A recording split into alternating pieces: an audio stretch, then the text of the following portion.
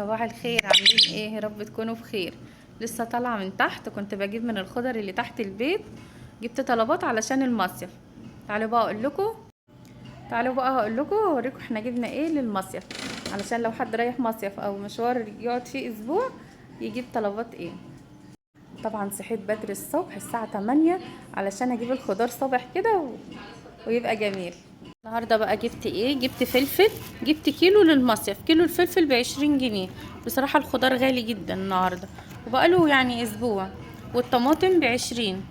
جبت 2 كيلو ب40 جنيه. وجبت الفلفل ب20 برضو، جبت كيلو. وجبت كوسة عشان هنعمل محشي طبعا في المصيف، الكيلو ب20. وجبت فلفل، ده فلفل رفيع الحامي، جبت ب10 جنيه بس. والبطاطس ب15 خدناها وبيبيعها ب20 وب17. جبت كيلو، جبت 5 كيلو بطاطس. وهنا كنت جايبة 4 كيلو من قبل، بس النقية بقى الحمراء اللي هي الحلوة بتاعت التحمير. جبت بتنجان ابيض وجبت بتنجان اسمر، خدته على كيلو ونص. جبت 3 كيلو 3 كيلو.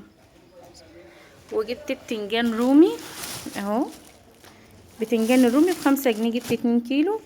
والخيار ب15 برضو، جبت 2 كيلو. جبت جوافة عشان هناكلها دلوقتي برضو، ديت مش للمصيف. وبصراحة انا كان نفسي اجيب مانجا، جبت 2 كيلو عشان ملك برضو طلبت مني مانجا، بقالها اسبوع بتطلب مني مانجا.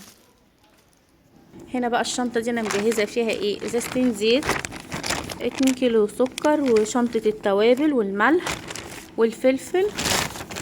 وهنا ايه؟ ده الرز بتاع المحشي، يعني مجهزة ايه الاكلات وكده، مظبطة الدنيا يعني. طبعا لسه هقول لكم بقيه الحاجات التانية. جبت جبنه قريش بس محطوطه في التلاجة، واللحوم والفراخ والحاجات ديت هقول لكم انا جبت ايه بالظبط وحطيته في التلاجة. والممبار عملناه وفرزناه طبعا مع بعض، انتوا عارفين.